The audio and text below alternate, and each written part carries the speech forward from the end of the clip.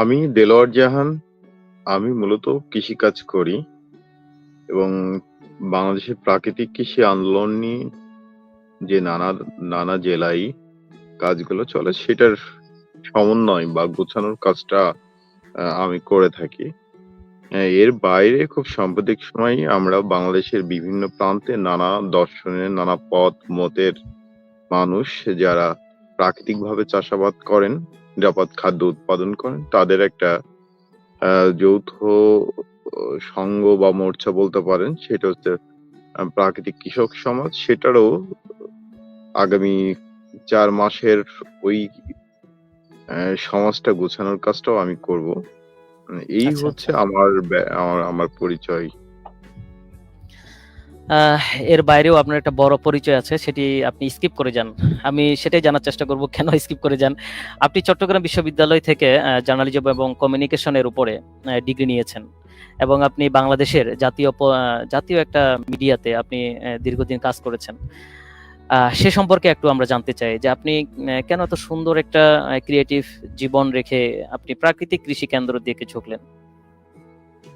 দেখেন, আমি এখন যে জীবনযাপন করতেছি, এখন যা করতেছি সেইটাই অনেক বেশি ক্রিয়েটিভ কাজ। কৃষি অনেক বেশি সৃষ্টিশীল এবং প্রকৃতি বা যে আসলে এই প্রকৃতিকে সৃষ্টি করছেন সেই সৃষ্টিকর্তা অথবা আল্লাহ মানে যে যেভাবে মানে হুম, হুম, হুম। আর যে সৃষ্টি এবং সেখানে যখন আপনি কাজ করবেন সেটি কিন্তু অনেক বেশি সৃষ্টিশীল, অনেক বেশি রাইট। সৃজনশীল, অনেক বুদ্ধিমত্তার কাজ। হুম, অতএব হুম, হুম। আমার সাংবাদিকতা বা আমি কোথায় কোন বিশ্ববিদ্যালয়ে পড়ে এসেছি সেটা থেকে গুরুত্বপূর্ণ কাজ হচ্ছে এখন। তো সেই কারণেই আমি আমার এখনের পরিচয়টাই দিই। আর এর আচ্ছা, আচ্ছা। বাইরে আমি লেখাপড়া করছি চিটাগাং ইউনিভার্সিটি। আমার বেড়ে ওঠা কুষ্টিয়াতে। কুষ্টিয়ার হুম, কুষ্টিয়া হুম, হুম। সদর থানা গোপালপুর গ্রামে আমার বেড়ে ওঠা। একবারে হুম, হুম। বিশ্ববিদ্যালয়ে আসার আগ পর্যন্ত আমি গ্রামেই ছিলাম কুষ্টিয়াতে। তারপরে চিটাগাং ইউনিভার্সিটি কমিউনিকেশন অ্যান্ড জার্নালিজমে পড়ালেখা করি। হুম, আহ, হুম।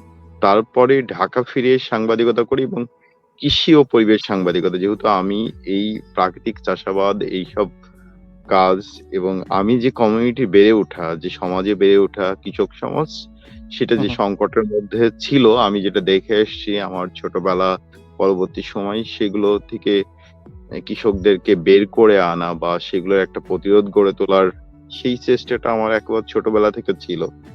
হুম, তো হুম। কমিউনিকেশনের সেই প্যাটার্ন গুলোকে আমি আমার পরবর্তীতে কাজে লাগালাম এবং ঢাকায় এসে জাতীয় এবং আন্তর্জাতিকভাবে কৃষির নীতি, কৃষির নানা ধরনের পলিসি, কৃষির ভিতরে যে নানা হুম, ধরনের হুম। স্বার্থ আছে নানা মহলের, সেগুলো কৃষকদের জীবনে, কৃষক সমাজের জীবনে কোন ধরনের প্রভাব পড়ে সেগুলো জানা বোঝা হলো সাংবাদিকতা করতে এসে প্রায় ৮ বছর ধরে।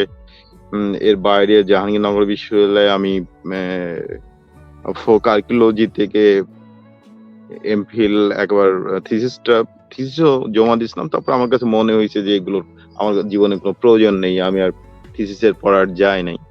পরে আচ্ছা। কলিকাতা বিশ্ববিদ্যালয়ের জুলজি বিভাগের আরেকটা কোর্স ছিল অ্যাগ্রো ইকোলজি। যেহেতু আমি কৃষিকাজ করি আর লোকে মূর্খ বলবে কারণ আমি অন্য ডিপার্টমেন্টের স্টুডেন্ট বা শিক্ষার্থী হয়ে কৃষিকাজটা করতেছি। কেন আমার কথা শুনবে? আচ্ছা, আচ্ছা। সেই হ্যাঁ। কারণেই ওখানে আবার অ্যাগ্রো ইকোলজি পড়লাম এবং আ ভারতে যারা এই কোর্সটা তো নতুন চালু করছিল কলিকাতা বিশ্ববিদ্যালয়, তাদের পক্ষ থেকে এক ধরনের জোর করে ধরেই আমাকে ভর্তি করে রাখছিল যে, তোমার এটা প্রয়োজন অতএব তোমার আমাদের এই কোর্সে থাকতে হবে। তো এই হচ্ছে আচ্ছা। আমার পড়ালেখা জানা বোঝা। কিন্তু ছোটবেলা থেকেই আমি চেষ্টা করছি আমার যে সমাজ, যে কৃষক সমাজে আমার জন্ম, বেড়ে ওঠা, তার পাশাপাশি কৃষক সমাজের সাথে যেসব আরো অন্য সমাজ আছে, কামার, কুমার, জেলে, তাঁতি, এদের জীবন দেখা, বোঝা।